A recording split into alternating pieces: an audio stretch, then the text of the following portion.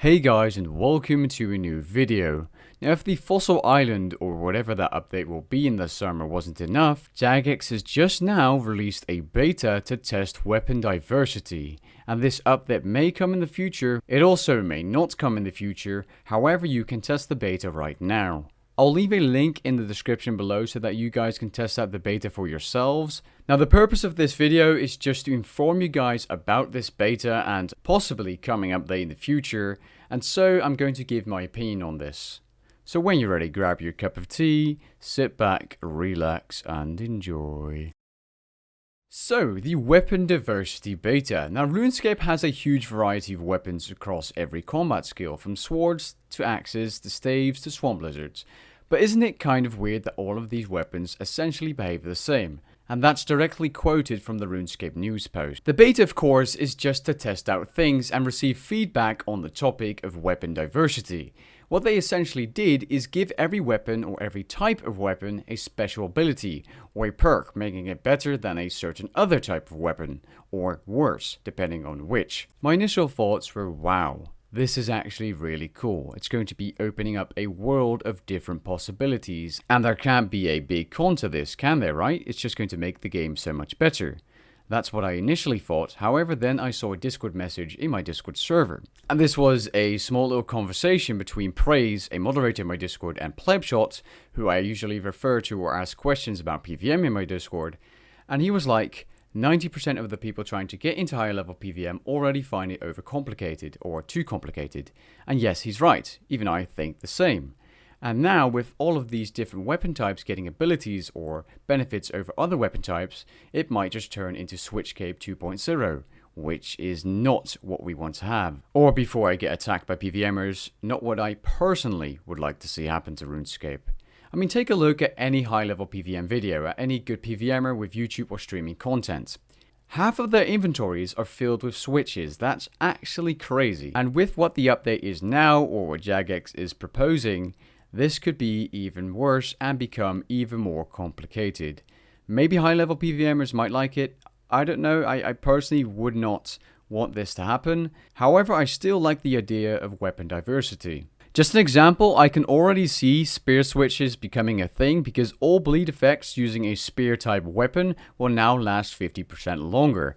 And that's a huge amount of time if you're using slaughter or dismember or bleeding abilities in general. And if the damage with Dismember, for example, per hit stays the same, this just means that you're going to be doing much more damage with that ability because it lasts 50% longer. That's a ton of extra damage, and please excuse the fact that I absolutely suck at DPS or rotations or whatever, or what you're seeing on screen. Please don't judge me on that. I was just testing the Dismember abilities and stuff, and testing if they really lasted that much longer, and yes, they did. Now that I've kind of covered the pros and cons of this update, I just want to talk about, well, pros essentially, but some very nice perks or abilities that these types of weapons have, and which ones I like the most.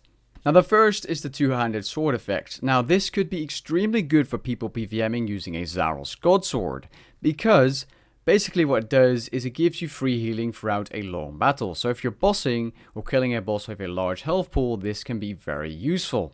As whatever the critical hit is, 5% of that critical hit will be instantly healed towards you, the player. That's pretty good.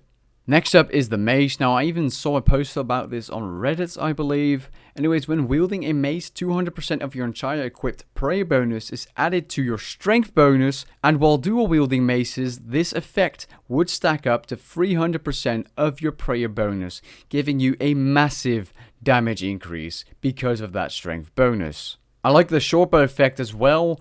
However, this will mean that if you want that extra 6% damage, you're going to have to going inside melee range. And depending on what boss you're doing, this could be a bad idea. Next up is the shield bow, and this is really good as defense abilities will cost 20% less adrenaline to use.